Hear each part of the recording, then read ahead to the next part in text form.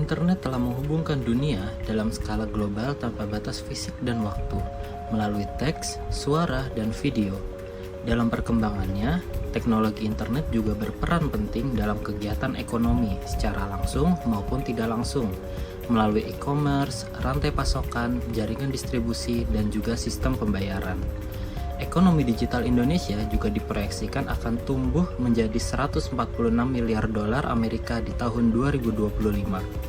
Sementara itu, Undang-Undang Informasi dan Transaksi Elektronik atau UU ITE di Indonesia baru diinisiasi pada tahun 2008. Namun dengan regulasi industri internet yang terus berkembang di Indonesia, Indonesia sendiri masih belum memiliki kerangka aturan tentang net neutrality.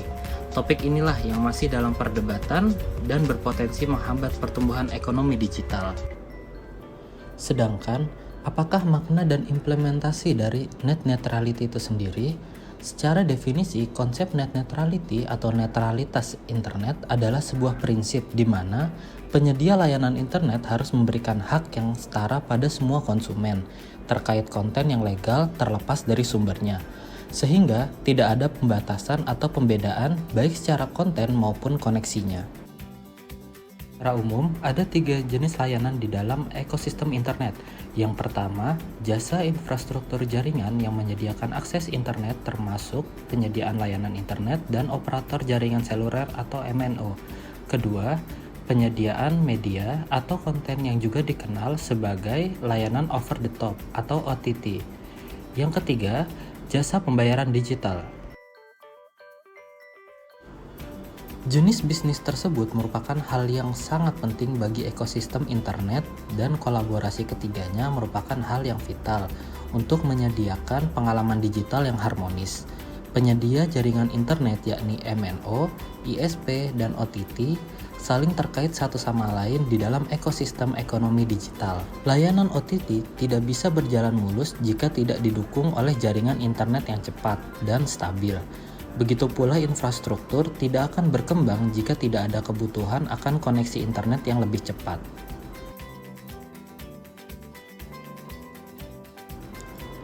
Mengapa net neutrality ini menjadi penting?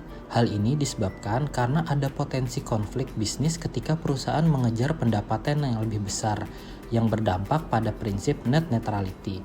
Masalah terjadi ketika sebuah perusahaan di ekosistem digital mulai membatasi akses dengan memblokir akses internet, berubah menjadi jaringan yang terpisah atau tersegmentasi. Jaringan yang tersegmentasi secara signifikan akan mengubah dan mempengaruhi kegiatan ekonomi serta interaksi sosial ekonomi. Undang-Undang Informasi dan Transaksi Elektronik atau UU ITE dan Undang-Undang Telekomunikasi sebagai legislasi induk tata kelola internet di Indonesia tidak mengatur sama sekali tentang prinsip network neutrality. Walaupun demikian, dalam asas UU ITE diakui banyak bentuk netralitas lain, yakni salah satunya netralitas teknologi. Di tingkat peraturan menteri, saat ini tengah disusun rancangan peraturan menteri tentang standar kualitas pelayanan jasa akses internet. Dalam rancangan peraturan tersebut lebih menekankan pada perlindungan hak-hak konsumen terkait dengan gangguan jaringan dan akses internet.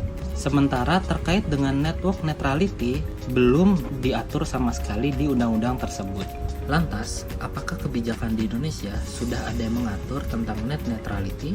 Dapat dipahami bahwa prinsip net neutrality ini sendiri belumlah seragam dan belum pula menjadi suatu kewajiban internasional yang timbul dari perjanjian internasional yang diadopsi luas bersifat universal. Sehingga masih terdapat ruang kebijakan bagi negara untuk menentukan pendekatannya masing-masing dalam hal kelola tata internet.